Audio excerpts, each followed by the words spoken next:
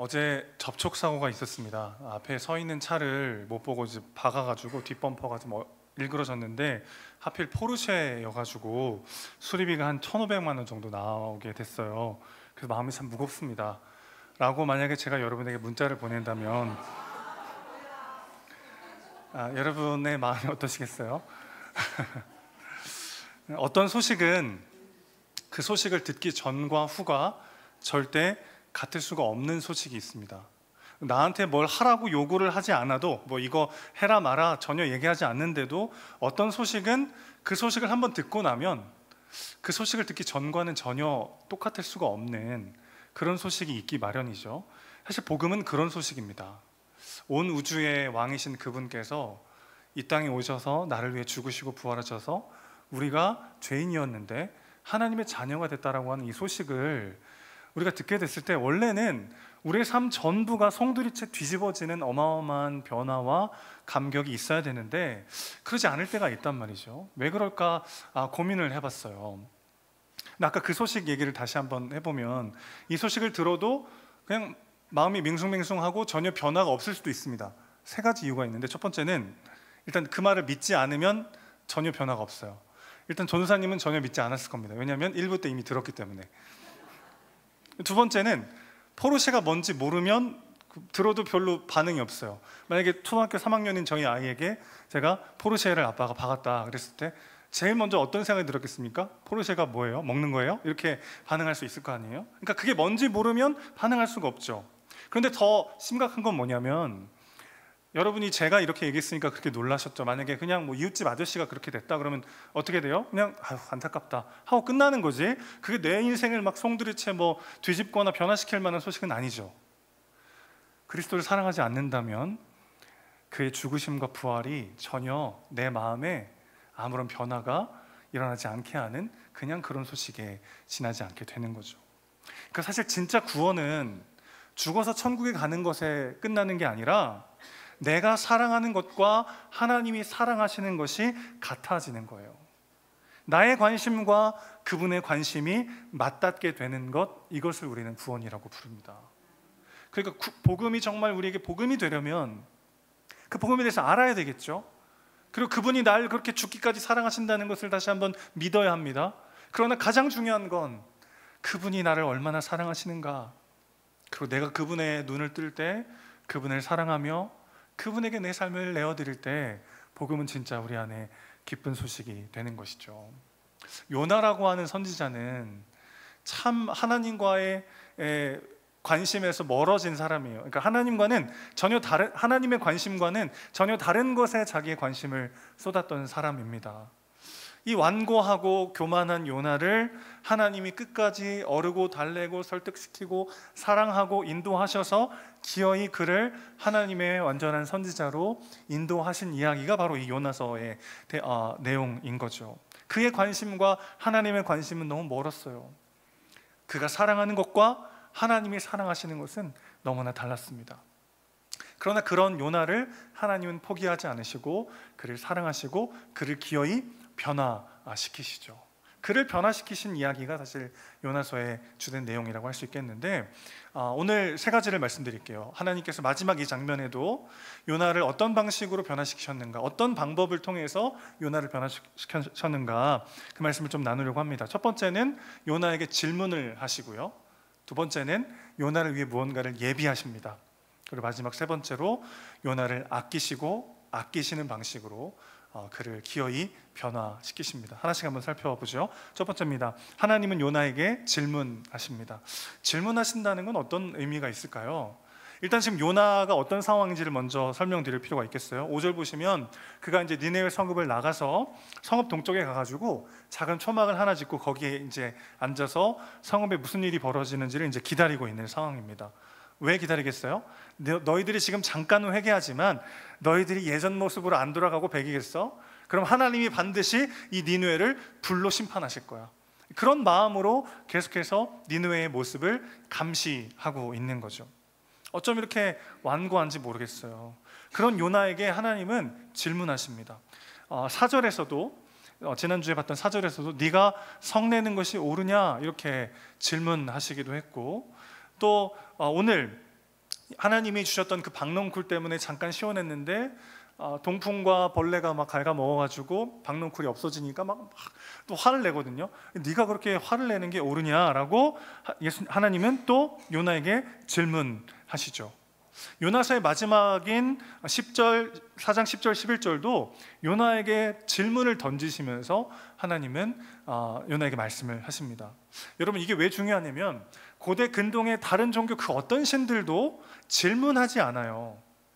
여러분, 신이 인간에게 왜 질문을 합니까? 신을 노하게 하면 벌을 내리고 신의 마음을 흡족하게 하면 상을 줄 뿐이지, 인간에게 신이 너 왜 그랬냐, 어쩌다 그랬냐 질문하는 신은 존재하지 않아요. 하나님 말고는.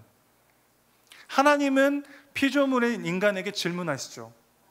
그러니까 우리가 뭐 예를 들어서 이슬람교를 믿는 사람들에게 내가 하나님의 말씀에 순종했더니 하나님이 나에게 복을 주셨습니다. 자, 이 말에 하나님 빼고 알라를 넣어도요, 이슬람교 사람들은 다 동의할 거예요. 내가 알라에게 순종했더니 알라가 나에게 복을 줬습니다. 다 동의할 겁니다. 근데 하나님이 나에게 질문하셨습니다 라고 말한다면 그들은 그 얘기가 무슨 말인지 이해하지 못할 거예요. 질문하는 신은 하나님밖에 없습니다. 왜 질문하실까요? 요나를 사랑하기 때문이죠.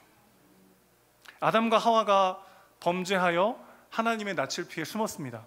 하나님이 그들에게 찾아가세요. 그리고 질문하십니다. 아담아, 어디 있느냐? 저희가 죄를 짓고 하나님이 두려워서 숨었습니다. 그러니까 하나님 아시죠? 너희가 내가 먹지 말라고 한 선악과를 먹었느냐? 그러면서 아담에게 뭐라고 하시냐면 왜 그랬느냐? 질문하시죠. 그때 아담이 뭐라고 말합니까? 하나님이 내게 주신 여자, 저 여자가 줘가지고 먹었습니다. 그렇게 이제 핑계를 댑니다.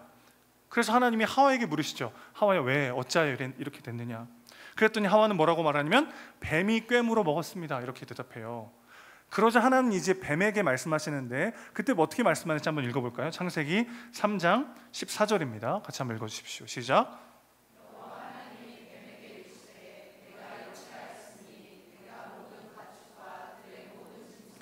더욱 저주를 받아 배로 다니고 살아있는 동안 흙을 먹을지니라. 질문은 없고 죄에 대한 심판만 있습니다. 보통의 신들은 그래요. 다른 인간들이 믿는 다른 종교의 그들이 생각하는 신은 인간에게 질문하지 않아요.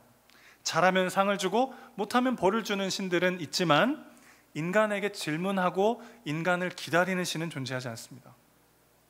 하나님은, 사랑의 하나님은 기다리시고 설득하시고 질문하시면서 우리를 사랑하시는 거예요. 여러분, 우리 하나님이 무슨 질문이 필요하신 분입니까? 무슨 설득이 필요하신 분이에요? 그분은 기다릴 필요가 없는 분이에요. 대통령이 신호 기다리는 거 보신 적 있습니까? 대통령이 지나가면 신호가 대통령을 맞추지 대통령이 왜 신호를 기다려요? 하나님이 왜 기다리시고 왜 질문하십니까? 왜 설득하십니까? 사랑하시기 때문이죠. 이 질문은 어떤 취조를 위한 질문이 아니에요. 내가 내 입장에서 나를 막 변호할 수 있도록 기회를 주는 거죠. 기회를. 예수님도 자기를 3번이나 부인하고 도망친 베드로를 찾아가시잖아요. 그리고 베드로에게 어떻게 말씀하십니까? 내 이놈, 네 죄를 네가 알렸다? 이렇게 하지도 않으셔요. 아니면 그날 밤 기억나니? 다 골던 그 밤? 뭐 이렇게 말씀하시지도 않아요. 만약에 그렇게 말씀하셨다면 베드로가 할 말이 없죠. 그런데 예수님 뭐라고 말씀하세요? 네가 나를 사랑하느냐? 베드로가 말할 수 있게 하시는 거죠. 베드로가 대답할 수 있게. 사랑은 그 사람이 변명할 수 있도록 길을 열어주는 것이죠. 사실 우리 하나님 우리에게 늘 그렇게 말씀하시죠. 100% 내가 잘못했을 때도 우리에게 질문하십니다. 정치인들의 청문회나 뭐 토론을 보면은 보통 거기에도 질문은 있어요. 질문은 던지지만 답변을 안 듣잖아요. 막 질문하고 답변하려고 하면 또 막 질문하고, 그때의 질문은 당신의 입장을 내가 듣고 수용하겠습니다, 이것을 위한 질문이 아니고 내 얘기를 하기 위한 질문일 때가 많잖아요. 하나님의 질문은 우리에게 변명할 기회를 주시고 반성하고 돌이킬 기회를 주시기 위한 질문이라는 것입니다. 그래서 하나님의 질문은 설득을 위한 질문이고 긍휼을 위한 질문이라는 거예요. 우리가 하나님께 질문할 때도 하나님은 질문으로 대답하실 때가 많아요. 우리는 하나님 그래서 이쪽입니까? 저쪽입니까? 하나님 이걸 팔아야 됩니까? 말아야 됩니까? 이걸 해야 됩니까? 멈춰야 됩니까? 물을 때 하나님은 그래 이거다 저거다 이렇게 말씀하시기보다는 우리의 질문에 질문으로 대답하실 때가 있어요. 그러면서 나도 모르게 내가 가지고 있었던 나만의 전제, 나만의 잘못된 믿음들을 하나님은 교정해 나가시는 거죠. 제가 신학대학원에 입학했을 때 정말 그 1,500명의 그 전도사들과 함께 이 개강부흥회라는 걸 하는데 그 막 열기에 압도돼 가지고요, 저는 제가 제일 믿음 좋은 교회 오빠인 줄 알았는데 그 교회 오빠들이 1,000명이 있는 거예요. 같이 막 통성기도 하고 막 찬양하고 그런데 그 열기가 얼마나 뜨거운지, 제가 그날 기숙사 돌아가 가지고요, 얼마나 낙심이 되던지. 저는 제가 하나님 제일 사랑한 줄 알고 제가 제일 믿음이 좋은 줄 알았는데 저 같은 애들이 막 1,000명이서 막 찬양하는데 너무 참 그 열기가 뜨거웠어요. 이렇게 그 신학대학원을 다니다 보니까 왜 이렇게 똑똑한 사람들이 많아요. 해외에서 막 박사학위 받고 온 사람들, 뭐 이미 신학적인 공부와 이 깊이가 남다른 전도사님들이 막 수두룩 빽빽한 거예요. 거기에 비추었을 때 저는 아무도 모르는 시골 동네에서 사역하는 그냥 초라한 사람으로 여겨졌어요. 그래서 그때 제가 충북 청원군 미원면에서 사역을 했는데 이렇게 소개하면 뭐 조미료예요, 뭐예요? 이렇게 얘기하는 그런 이제 작은 동네에서 사역하는 이제 작은 저의 모습이 되게 작게 느껴지는 거죠. 그러다가 이제 마태복음 28장을 읽는데 제가 한번 하나님께 발끈한 적이 있습니다. 마태복음 28장을 보면은 달란트 비유가 나오는데 거기 보면 이제 1달란트, 2달란트, 5달란트를 각각 맡기잖아요. 저는 그게 막 너무 화가 나는 거예요. 하나님, 이거 너무 불공평한 거 아닙니까? 맡기려면 좀 같이 맡기지. 2달란트 이제 맡긴 사람은 열심히 해가지고 2달란트 남겨서 4달란트가 돼봤자 5달란트 받은 사람 처음도 못 미치는데 이거 너무 불공평한 거 아닙니까? 제가 막 하나님께 따지면서 질문을 했어요. 그때 하나님께서 저에게 어떤 마음을 주셨냐면은 음성은 아닌데 거부할 수 없는 저의 마음에 이렇게 말씀하시는 것 같았어요. 얼마를 맡겼느냐보다 더 중요한 건 그가 무언가를 결실을 했을 때 어떻게 칭찬하느냐가 더 중요한 거 아닌가? 라는 마음을 주셨어요. 그리고 다시 이제 마태복음 25장을 펴보니까 2달란트 받았던 종은 2달란트를 남겼죠. 5달란트 받았던 종도 5달란트를 남겼습니다. 그럼 우리 같은 경우는 어떻게 칭찬하겠어요? 이 사람은 잘했다, 2달란트. 5달란트 잘했다, 이렇게 칭찬할 것 같은데 마태복음 25장을 보면요, 토시 하나도 틀리지 않고 똑같이 2달란트를 남긴 종과 5달란트를 남긴 종을 토시 하나도 틀리지 않고 똑같이 칭찬합니다. 제 한글 번역 성경만 그런 줄 알고 헬라어 원문을 봤는데 원문도 똑같아요. 토시 하나도 틀리지 않고 똑같이 칭찬해요. 그럼 저는 거기서 저의 비교로 주는 열등감에서 자유할 수 있었어요. 하나님이 나에게 얼마를 맡기셨는지가 중요한 게 아니라 내가 하나님이 내게 맡기신 것을 가지고 착하고 충성됨으로 그분 앞에 나아갈 때 나보다 훨씬 더 많은 결과를 이룬 사람과 비교하지 않으시고 그 모습 그대로를 너무나 존귀하고 아름답게 보시는구나, 우리 하나님은. 그럼 여러분, 내가 나에게 얼마를 맡기셨느냐가 중요하지 않죠. 그분 앞에 신실하게 나아가고 그분을 사랑할 때 나보다 더 많은 것들을 이룬 사람과 정말 토시 하나도 틀리지 않고 똑같이 칭찬하시고 똑같이 존귀하게 여기신다면 굳이 많이 받을 필요가 뭐가 있겠습니까? 하나님은 이렇게 해요. 우리의 질문에도 다시 질문으로 우리에게 말씀하시면서 내가 가지고 있었던 나만의 전제를 바꾸어 가시는 거죠. 그렇게 하나님은 요나를 사랑하세요. 요나에게 질문하시죠. 요나가 겉으로는 네 맞아요, 제가 화내다가 죽더라도 나는 이렇게 화내는 게 맞는 것 같아요, 말로는 그렇게 하지만 하나님의 질문 앞에 그는 반응할 수밖에 없죠. 생각할 수밖에 없어요. 내가 진짜 사랑하고 있는 게 뭐지? 내가 뭐 때문에 지금 이렇게 분노하고 있지? 내가 정말 추구하고 있는 것들이 뭐지? 그는 생각할 수밖에 없고 질문하시는 하나님께 자기도 모르게 답변하는 방식으로 조금씩 하나님의 마음을 알아가게 되더라는 것입니다. 오늘도 우리에게 하나님이 질문하십니다. 그 질문이 우리의 전제와 우리의 믿음을 바꾸면서 조금씩 하나님의 마음을 알아가게 하는 것이죠. 두 번째로 넘어가겠습니다. 하나님은 요나를 위해서 예비하시는 방식으로 그를 사랑하십니다. 요나서 전체에서 하나님은 계속해서 요나를 위해서 무언가를 예비하세요. 다시스로 도망가는 요나를 멈추시기 위해서 큰 바람과 큰 폭풍을 보내셨던 하나님은 그래서 결국 요나가 이제 바다에 빠지게 될 때 큰 물고기를 예비하십니다. 여전히 막 왜곡된 시선으로 니느웨를 바라보는 요나를 위해서 하나님은 박넝쿨을 예비하시죠. 그리고 벌레와 동풍을 예비하십니다. 우리 일상 가운데 가만히 살펴보면 하나님의 끊임없는 일하심이 있어요.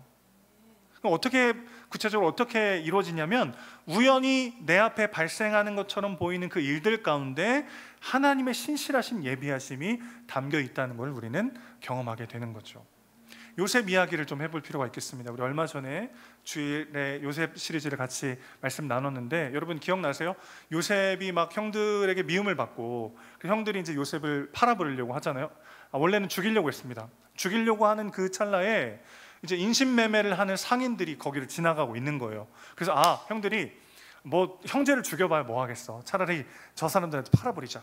그래가지고 요셉이 죽지 않고 그 상인들에게 종으로 팔리죠.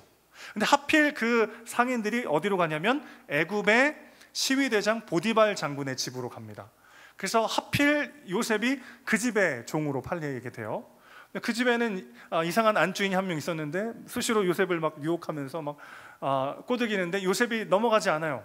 그래가지고 요셉이 누명을 쓰고 감옥에 갇히게 되는데 하필 그때 누가 있었습니까? 술 맡은 관원장과 떡 맡은 관원장이 있는 거예요. 그래서 그들의 꿈을 해석해 주죠. 그래서 요셉이 해석한 대로 떡 맡은 관원장은 죽고 술 맡은 관원장은 복직이 됩니다. 그런데 이 사람이 요셉을 새카맣게 잊어버려요. 얼마 동안요? 2년 동안. 만 2년이 속절없이 흘러가요. 근데 그때 바로가 꿈을 꿉니다. 근데 아무도 그 꿈을 해석해 주지 못하는 거예요. 그때 술 맡은 관원장이 생각나옵니다. 그 꿈쟁이 요셉을 불러오죠. 그리고 그때 요셉이 그 꿈을 해석하면서 모두를 기근에서 건지는 구원의 스토리가 완성이 되죠. 여러분, 제가 짧게 말씀드렸지만 이 과정 중에 하나라도 일어나지 않았다면 모두가 죽는 거죠. 이 술 맡은 관원장이 쓸데없이 의리가 있어가지고 요셉을 너무 빨리 생각해내서 요셉을 감옥에서 일찍 꺼내줘가지고 요셉이 고향으로 돌아갔거나 했다면 바로가 꿈을 꿨을 때 그 꿈을 아무도 해석 못하는 거죠. 그러니까 이 모든 하나하나는 다 우연 같은데 우연과 우연이 만나 하나님의 필연이 되는 역사를 우리는 보는 거죠. 우리 삶도 하나님 이런 방식으로 인도하시더라는 것입니다. 하나님이 예비하시고 하나님이 준비하시고 하나님이 채워주셔서 우리의 삶을 인도하고 계시는 줄 믿습니다. 그런 사람, 그것을 믿는 자들이 누리는 진정한 자유와 담대함이 있어요. 하나님이 나에게 필요한 것을 나보다 더 잘 아시고 그것들을 예비하시는 여호와 일의 하나님이십니다. 고백하는 자들은 시험 앞에서도 고난 앞에서도 당당히 그 시간들을 견뎌낼 수 있는 거죠. 고린도전서 10장 13절 말씀을 같이 한번 읽어보겠습니다. 고린도전서 10장 13절입니다. 시작. 사람이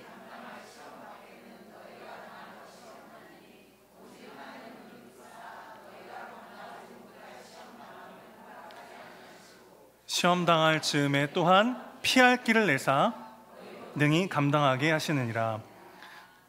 아멘. 이 성경 구절과 관련해서 인터넷에 떠도는 한 글을 읽은 적이 있는데 이렇게 이야기를 해요. 신은 인간에게 감당할 만한 시험만 준다고 하던데 신은 나를 너무 과대평가하는 것 같다. 이렇게 이야기하는 글을 본 적이 있습니다. 여러분, 우리가 감당할 만한 시험이었는지 아니었는지는 지나봐야 아는 것 같아요. 그 시험을 겪는 중에는 감당 못할 것 같아요. 하나님이 나를 너무 과대평가하나? 정말 그렇게 마음에 들 정도로 그 시험을 겪는 중에는 감당 못할 것 같은데, 그러나 길을 내시는 하나님을 신뢰하며 한 발을 내디딜 때 하나님이 길을 여시고 예비하신 것들을 보게 하시고 그 시험을 통과하도록 우리 삶을 인도하시는 거죠. 그래서 아까 그 구절을 다시 보면 하나님이 길을 내시는데 어떤 길을 내시냐면 피할 길을 내시는 거예요. 이미 정해져 있지만 나는 몰라요. 아직 믿음으로 한 발을 내딛어 보면 홍해를 가르시고 길을 내시고 나의 삶을 인도하시는 거죠. 그러니까 하나님의 예비하심은 저 앞에 보여서 가는 게 아니라 보이지 않지만 그분을 신뢰하여 한 발 내디딜 때 눈에 보이기 시작하는 거죠. 우리가 주일날 마지막 예배 끝날 때마다 부르신 곳에서 찬양할 때 그 가사가 있지 않습니까? 내가 걸어갈 때 길이 돼요. 여러분 잘 생각해 보시면 아직 길이 없는 거예요. 그렇잖아요. 내가 걸어가면 길이 되는 거고 내가 살아가면 그게 삶이 되는 겁니다. 이게 예비하심의 의미예요. 눈앞엔 안 보여요. 지금 내가 당한 이 시험과 고난은 하나님이 나를 너무 과대평가해서 내 실력과 내 인격보다 더 너무 큰 걸 주신 것 같아요. 겪는 중에는 감당 못할 것 같지만 그러나 믿음으로 한 발을 내디딜 때 여지없이 이미 하나님께서 예비하셨던 피할 길을 보이시고 내게 필요한 그 은혜와 사랑을 부어 주시더라는 것입니다. 그런데 문제는 내 눈에 보기 좋은 것만 예비하시는 건 아니라는 거예요. 내가 볼 때 좀 나쁜 것으로 보이는 것도 하나님은 예비하십니다. 하나님이 요나를 위해서 박넝쿨만 예비하신 게 아니라 벌레와 동풍도 예비하시죠. 요나를 미워하셨기 때문입니까? 아니죠. 요나를 사랑하셨기 때문이죠. 그를 설득하시기 위해서 그에게 벌레와 동풍도 예비하십니다. 여호와 일의 축복을 받는 건 중요하죠. 제가 성도님들을 위해서 기도할 때 늘 하나님, 여호와 일의 하나님을 경험할 수 있도록 도와주십시오. 늘 기도합니다. 그런데 그 축복을 누리는 것 못지않게 그 축복을 믿음의 눈으로 바라보는 것 또한 너무 중요해요. 다시스로 가는 배는 요나에게 복이 아니었습니다. 소돔과 고모라는 롯에게 에덴 동산이 아니었어요. 내가 판단하고 내가 생각하는 안정적이고 좋은 길 말고 하나님이 예비하신 가장 선한 길을 믿음의 눈으로 바라보면서 나아가는 우리 모두가 되시기를 주님의 이름으로 축원합니다. 때로는 넘어져 봐야 배울 수 있는 게 있죠. 때로는 실패해 봐야 깨닫게 되는 것이 있습니다. 요나가 그 박넝쿨이 시원했는데 그게 없어지는 거 보면서 막 안타깝고 막 분노와 막 그런 감정들을 느끼는 걸 보면서 하나님이 그 잠깐 너를 편안하게 했던 박넝쿨을 네가 그렇게 아끼지 않느냐. 근데 하물며 저 좌우를 분별하지 못하는 12만 명에 되는 사람들과 수많은 가축들을 내가 아끼는 건 너무 당연한 거 아니겠느냐. 하나님이 그렇게 질문 던지자 이때는 요나는 대답을 못하죠. 설득이 됐지만 인정하고 싶지 않은 거죠. 본인이 고통당해 보니까, 본인 넘어져 보니까 하나님의 마음이 무엇이었는지를 배우게 되는 거죠. 그러니까 우리 눈앞에 예비된 것이 박넝쿨이 아니라 벌레와 동풍이어도 우리가 낙심할 필요가 없는 것이죠. 하나님이 그것들을 예비하신 이유는 그것들마저도 사용하셔서 우리에게 복이 되게 하실 것이기 때문에 그렇습니다. 물론 저도 이렇게 얘기하지만 마음으로는 하나님 그래도 너무 힘들진 않았으면 좋겠어요. 그런 마음이 있어요. 너무 큰 실패와 무너짐이 예비되어 있다면 어찌 불안하지 않을 수 있겠습니까? 될 수 있으면 평탄한 길이 예비됐으면 좋겠는 게 우리 마음 아니겠어요? 입에 담기조차 힘든 어떤 심각한 악행들에 둘러싸여서 삶을 잃게 되는 것이라면 어찌 두렵지 않을 수가 있겠습니까? 그래서 다음 세 번째가 중요합니다. 하나님이 우리를 아끼신다는 것을 기억하셔야 합니다. 오늘 10절, 11절에서 계속 반복되는 표현이 아낀다라는 거예요. 우리말로는 너무 이렇게 귀엽게 번역됐어요. 하나님이 요나를, 니느웨를 아끼신다. 근데 이 원문에는 이게 무슨 뜻이냐면 무언가를 위해서 눈물 흘리고 통곡하면서 실성하게 이를 정도로 간곡히 누군가를 사랑하는 것을 뜻합니다. 지금 울고 계신 거예요. 하나님이 울며 통곡하며 정말 미쳐버릴 정도로 그를 아끼고 사랑하시는 모습을 보여주시는 거죠. 그러니까 요나서를 읽는 1차 독자들은 이 부분을 읽으면서 이거 오타가 아닐까? 라고 아마 이렇게 생각했을 거예요. 하나님이 저놈들을 이렇게 눈물 흘리시면서 이렇게까지 사랑하신단 말이야? 이거 오타 아니야? 라고 생각할 만큼의 강력한 단어가 지금 여기 쓰여 있는 거예요. 우리는 한계를 가진 인간이죠. 그래서 많은 것들을 필요로 합니다. 그리고 그 필요를 채워주는 많은 것들로부터 정서적 애착을 갖게 되죠. 근데 하나님은 필요한 게 없으신 분이세요. 신학적으로 이걸 자충적이라고 하는데 하나님 무언가가 더 필요한 분이 아니죠. 스스로 충만하고 완전하신 분이죠. 그런 분이 어떻게 우리에게 이런 애착을 갖게 되신 거죠? 우리를 보면 막 우시며 통곡하시며 정말 미쳐버릴 정도로 안타까운 마음으로 우리를 바라보시고 사랑하세요. 이런 애착을 어떻게 하나님이 갖게 되신 것입니까? 무한하시고 전능하신 분께서 스스로 계신 이 자충적인 분께서 이 신적 존재가 자발적으로 우리를 사랑하기로 결정하셨기 때문이죠. 선을 악으로 갚는 것은 마귀의 습성입니다. 아무리 잘해줘도 마귀는 선을 악으로 갚는 데 빨라요. 선을 선으로 갚는 것이 사람의 일일 때가 있죠. 그런데 악을 선으로 갚는 것은 하나님의 성품입니다. 그래서 우리를 사랑하시죠. 우리가 악해도, 우리가 약해도, 우리가 부족해도, 병들고 지쳐 쓰러져도 하나님은 우리를 그 모습 그대로 사랑하십니다. 요나를 보십시오. 하나님의 선지자라는 사람이 하나님의 눈물과 이 절규와 하나님의 관심과는 전혀 상관없는 것들에 마음을 두고 있어요.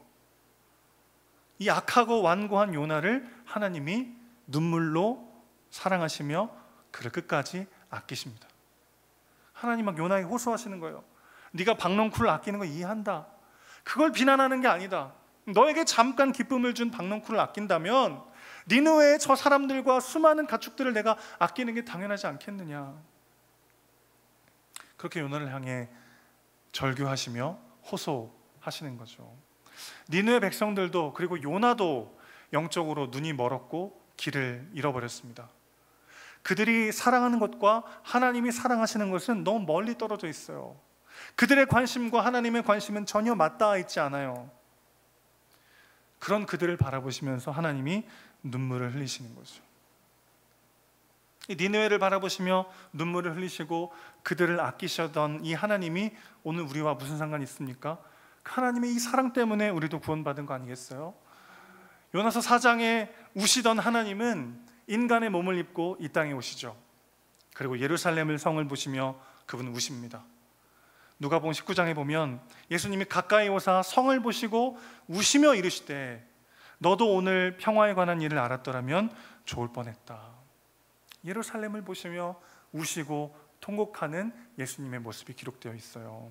메시아가 왔지만 깨닫지 못하고 전혀 다른 것들의 시선과 마음과 관심을 빼앗기고 있는 예루살렘 성의 사람들을 보시면서 예수님은 긍휼의 눈물을 흘리시는 거죠. 요나는 그 도시 때문에 울지 않았지만 요나보다 위대하신 선지자 예수님은 그 도시를 위하여 우셨습니다. 요나는 그 도시가 망하는 걸 지켜보려고 도시를 나왔지만 예수님은 그 도시의 구원을 위해 십자가를 지고 도시 밖으로 나가셨죠. 그리스도 그 사랑과 희생으로 우리에게도 구원의 문이 열렸습니다. 사람은 참 안 변하죠. 쉽게 변하지 않아요. 그런데 하나님의 이 은혜와 이 사랑이 기어코 사람을 변화시킵니다. 고집부리고 반항하던 하나님께 막 화를 내던 요나는 결국 어떻게 되죠? 그가 결국 하나님의 사랑에 변화되어 그분 앞에 엎드리는 사람이 됩니다. 어떻게 합니까? 지난주에도 말씀드렸지만 우리가 이 요나서를 읽고 있다는 것이 결정적인 증거입니다. 여러분, 요나가 이 모든 걸 직접 쓰지 않았다면 그가 물고기 뱃속에서 드린 기도를 우리가 어떻게 알 수 있겠어요? 그가 직접 쓰지 않았다면 요나가 이렇게 고집부리고 막 하나님께 반항했다는 것을 알 길이 없습니다. 그가 회심하여 하나님 앞에 겸손히 무릎 꿇고 자기의 일을 기록한 것, 그것이 오늘 성경으로 우리에게 전해져 오는 거죠. 자, 그럼 또 우리는 이런 질문을 할 수가 있어요. 아니, 어떤 사람이 자신이 지독히도 완고하고 정말 바보 같았다는 걸 세상 모두에게 알리려고 할까? 요나가 이렇게 자신의 허물과 과거의 그 완고하고 죄악된 모습들을 마음껏 이야기할 수 있는 이유는 무엇입니까? 그분 안에 그에게 질문하시고 그에게 필요한 것을 예비하시고 그를 끔찍히도 사랑하셨던 그 하나님의 사랑이 와 닿으니까 다른 것으로 내세울 수 없는, 다른 것으로 증명할 필요가 없는 그분 안에서의 진짜 만족과 기쁨을 경험했기 때문에 아니겠어요? 하나님의 사랑 안에서 요나는 안전을 느끼고 확신을 느끼고 기쁨을 누리게 됐어요. 그래서 그의 모든 허물까지 다 고백하면서 하나님을 향해 나아오라고 우리를 초청하고 있습니다. 은혜의 복음 안에서 하나님의 사랑을 경험할 때 우리는 그분을 사랑할 수밖에 없어요. 그러면 그분이 행하신 그 소식이 우리 삶을 뒤집어 엎고 기어이 우리는 변화될 수밖에 없는 것이죠. 힘써 하나님을 알고 그분을 믿어야 합니다. 가장 중요한 건 그분이 나를 어떻게 사랑하셨는가, 그분이 어떤 분이신가 우리가 눈을 뜰 때 우리는 그분을 사랑할 수밖에 없습니다. 변화는 그때 시작되는 것이죠. 우리를 위해 하나님이 질문하시고 하나님이 예비하시고 하나님 우리를 아끼십니다. 그 사랑에 눈을 뜨고 그 사랑 안에서 진짜 내가 걸어가야 될 길을 발견하고 주님을 위해 담대히 그 길을 걸어가는 저와 여러분 되시기를 주님의 이름으로 축원합니다.